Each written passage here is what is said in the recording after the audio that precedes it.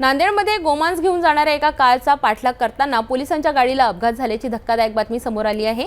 नांदेड बारड महामार्गावर झालेल्या या घटनेत 2 पोलीस कर्मचारी जखमी झाले असून यांच्याबद्दल सविस्तर माहिती जाणून घेऊया। नांदेड बारड रस्त्यावर तौरणा तांडा परिसरात गोमांस घेऊन जाणाऱ्या एका कारचा पोलीस पाठलाग करत होते। आरोपींच्या गाडीचा पाठलाग करताना पोलिसांची गाडी उलटली। या अपघातात पोलीस कर्मचारी परमेश्वर श्रीमंगले गंभीर जखमी झाले, तर दादाराव श्रीरामे किरकोळ जखमी झाले। गंभीर जखमी असलेल्या परमेश्वर श्रीमंगले यांना उपचारासाठी नांदेडमधील एका खासगी रुग्णालयात दाखल करण्यात आले आहे।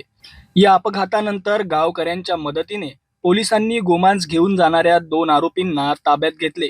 त्यांच्याकडून जवळपास 1 क्विंटल गोमांस आणि ती कार जप्त करण्यात आली आहे। पोलीस या प्रकरणाचा पुढील तपास करत आहेत। तर अशा प्रकारे नांदेडमध्ये गोमांस तस्करांचा पाठलाग करताना पोलिसांच्या गाडीला अपघात झाला। यात जखमी झालेल्या पोलीस कर्मचाऱ्यांवर उपचार सुरू आहेत। या घटनेमुळे गोमांस तस्करीचा प्रश्न पुन्हा एकदा ऐरणीवर आला आहे।